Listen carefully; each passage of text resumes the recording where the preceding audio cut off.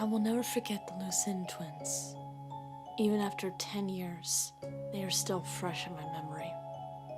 Too fresh. It was my first year of teaching when they were in my class. My fresh college diploma was framed on my desk, and I had placed a signed picture of my favorite professor, now deceased, on the wall behind me. In cursive, it read, "To Mary, my brightest, that you may teach the world." I watched over my kindergarten class as if they were my own children. But the Lucienne twins were my favorite. There was Abigail, the blonde one with a minuscule nose, and Bridget, shorter, with brunette hair. "Miss Mary," Abigail would start tugging on my dress before Bridget continued. "We were wondering," Abigail would take over, "if we could go to the sticker box," Bridget would now speak, "and take a stop." And of course, there was no way I could say not to the couple. They were irresistible. From their broken sentences to the heart-shaped lockets they wore that were embossed with their names.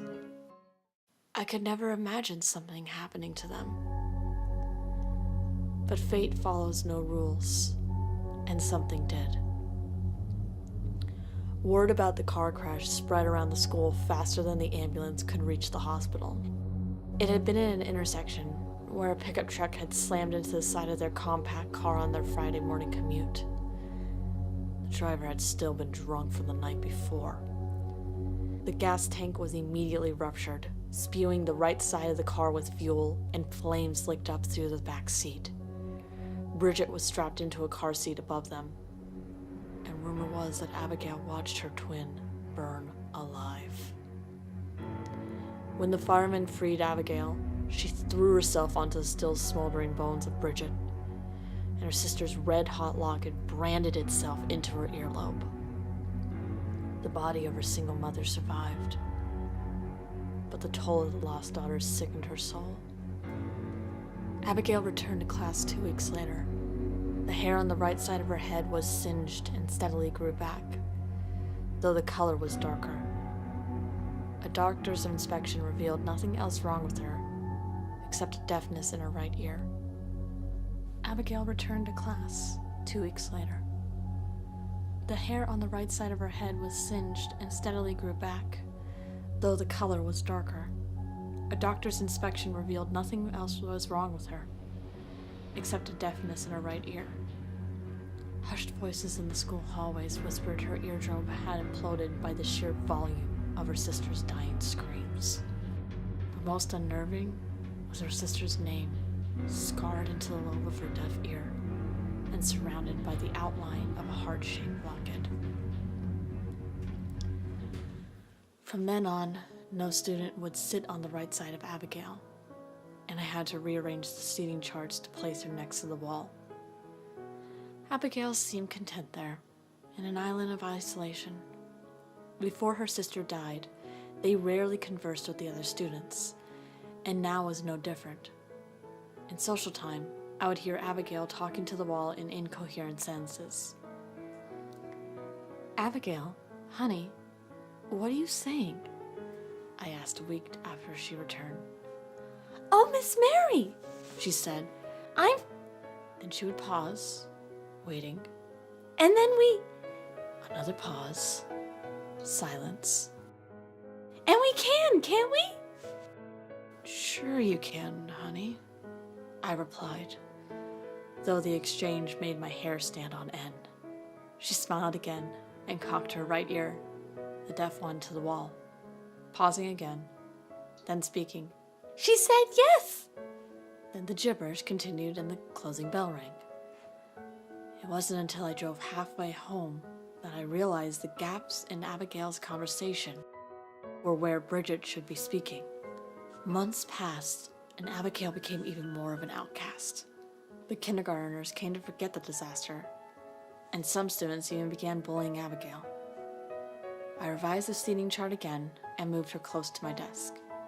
"Miss Mary!" clamored Abigail one day, pulling my dress. She stumbled, and I reached to catch her, but she fell against my professor's portrait on the wall, shattering the protective glass. She picked up the remains, the glass biting deep into her soft palms. She didn't notice. "I'm sorry, Miss Mary," she said, and her voice changed tender. "We didn't mean to break," again, a pitch change, "your picture." I stopped. It was her first complete sentence since the crash. "It's okay," I said, holding her. Blood from her hands dripped onto me, but it felt cold, and I rushed to bandage it. "I'm sure you will teach the world one day, Miss Mary," she said, her voice continuing the inflections. My heart froze as I read the note on the portrait for the 1,000th time. Abigail couldn't read cursive. "How did you know?" I asked. "Bridget told me. She talks to him now," she said, curling her streak of darker hair around her finger. "That's not all she tells me. She tells me terrible things sometimes. And I can't stop hearing her." Then she started crying, and I noticed the glass embedded deep into her hands. "She never stops!" Her voice elevated to a yell. When I took the picture back, her sentences became broken again, and I moved her on the scene chart away from my desk. Over time, the other students realized Abigail's reaction to old objects. They bring her in things that they found in the attic, artifacts their grandparents owned, and watched as she cocked her right ear, and her sentences became whole or broken when she held them. It became a game to them, listening to the stories she made up, but the effect took an obvious toll on her, and she soon started wearing gloves, even in the dead heat of summer.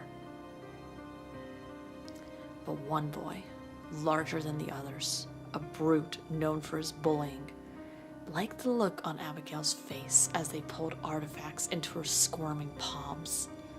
He was the quickest to see the fear that she felt when they once gave her an old bullet shell and ran home afterwards to find an old box in his basement his parents forbid him to open. Inside was his great-grandfather's Nazi uniform, a warden at a concentration camp, and he twisted off one of the buttons. The next day, he found Abigail on the playground and pinned her against a chain-link fence. He ripped the gloves off and forced the button into her hand, tightly closing her fingers around it. When she began screaming, he only laughed and closed the fist tighter. I reached them too late. When I pulled the boy off her, she was sobbing uncontrollably, both her hands locked into fists.